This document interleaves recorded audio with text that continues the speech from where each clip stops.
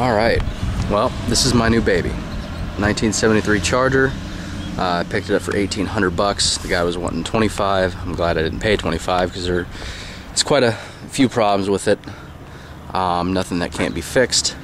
Considering what I paid for it, it's in really good condition, I think, at least compared to what I've seen in the price ranges out there. Plus, I didn't have to have it shipped to me or anything crazy like that. It was actually within kind of a long driving distance, but driving distance. Making this video particularly for some of the people on some of the Mopar websites. I apologize to some of my other YouTube watchers and stuff like that. I'll get a lot more of the music videos up, do some of the other songs and stuff that I haven't done in a while. As soon as I get out of these apartments, someplace that's a little bit more appreciative of, you know, extremely loud music over extended periods of time. Anyway, let's start off. Needs a lot of body work.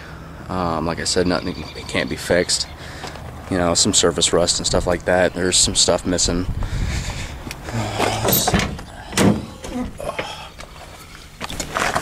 Give me just a second here, having some issues. What's up, man? Alright, here's the interior. It's not too bad, it's still in pretty bad shape. Back seat's actually reasonably good, considering I don't think it was really ever used. Windows are all pretty good. There's a couple cracks in the front window, nothing really bad. It's actually just tiny ones. I've actually had worse ones in newer vehicles. Dashes, reasonable, a few cracks here and there. Here's one of the main glaring issues with the body and the floor is the driver's floor pan. There's a hole rusted out that'll need to be fixed, and all this wiring is apparently one of the people who owned this before the last guy had it. The guy I bought it from apparently had installed some kind of system in it. So you got the extension cord, he used to power it, and just a random mess of cables. Apparently they took that, when he took that thing out, he just left the wires, and then they decided to throw in a brand new top of the line JVC cassette player. Let's see here. Go ahead and pop the trunk off, or pop the hood.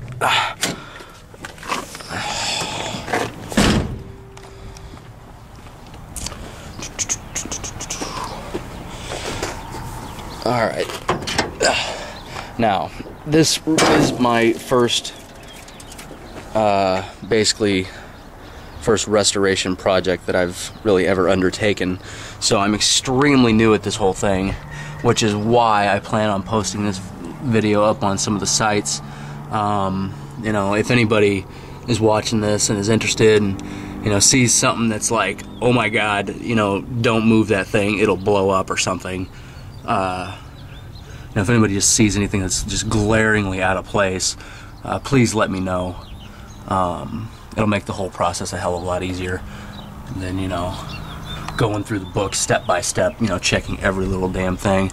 Obviously, I'm gonna end up pulling the engine out and working on it, just because it needs it. Right now, it doesn't start. I'm almost positive the starter is bad. I got a brand new battery in the thing, but I only get the one click when I turn the key. The lights work, even though, you know, a lot of them are out just because it was sitting for so damn long. But yeah, I'm pretty sure it's just a bad starter. So I don't know exactly how the engine performs because I haven't actually had to been able to crank it up. You know, hopefully I don't have to buy like a complete rebuild kit or something like that, even though I probably will end up doing it eventually.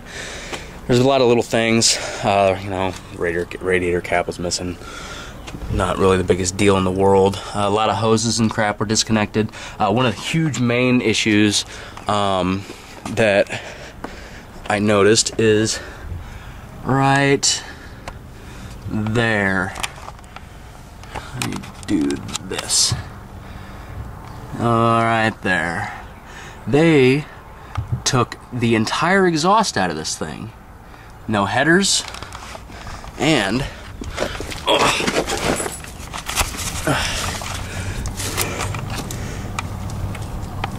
no pipes. All I left was like the last very rusted out section of tailpipe. Underside's alright.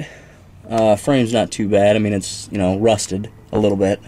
I've seen newer cars that are actually worse than this. You know, so it's not perfect by any means, but like I said, what I paid for it, you know, beggars can't be choosers. Back up here. Anyway, I already got a new set of headers for this damn thing because, you know, even if I get a new starter, there's no way in hell I'd try to crank it up in this apartment parking lot with no headers or exhaust on it. So I'm going to have to at least get exhaust for it before I try to crank the damn thing up, or it'll wake people up, you know, 18 blocks away.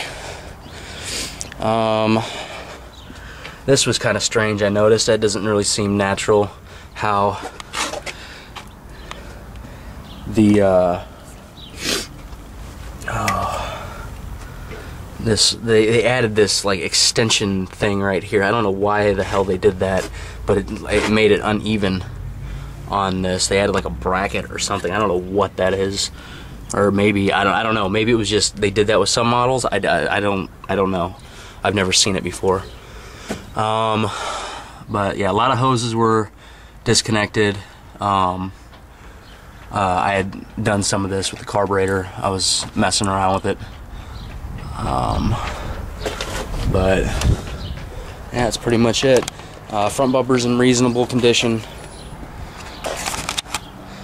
You know, considering the back one's a lot worse.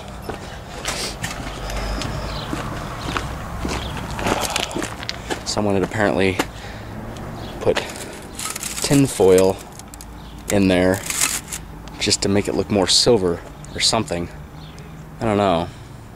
And I'm starting to think that this car was a bit of a Frankenstein as well.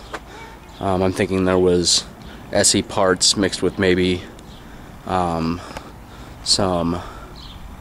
just base frame or something. I don't know what the hell they did with this thing, because the dash says SE. If I remember right, these look like either Rally or SE lights or something like that. I don't remember exactly how the tail lights worked. There's like, you know, 4 different variations of them.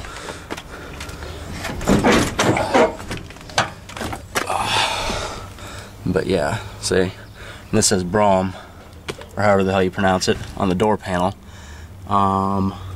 So yeah, I don't really know. It kind of confuses me. It didn't have the opera windows, thank God, because I mean, that's what I was mainly looking for. I hated them damn things. And it didn't have a vinyl top, at least it didn't look like it did. I don't know, maybe it did at some point. So that's pretty much it. Obviously the ceiling light doesn't work, some other crap, but yeah, that's pretty much it. I forgot to mention, I was going to show you the trunk, and it led to a kind of alarming realization. I just got this thing, you know, I barely had a chance to look it out. I've only done some basic diagnostic, like very basic. Well, anyway, here's the trunk. You know, doesn't actually look too bad. You know, there's some weird rust spots, you know, here and there. There's this thing over here where they tried to fill it in with some kind of foam, so that's gonna have to go. But this is the funniest damn part of the whole thing. Look at this right here. If I am not mistaken, that is the starter. It is not on the car. And then, of course, there is this, which I don't really remember what in the hell that is. I think it's an alternator or something. I don't know. That may be an extra part, because I saw the alternator in there. So I don't know, but yeah. So yeah, that would explain why it's not starting. The starter apparently is not in the vehicle. Anyway, peace.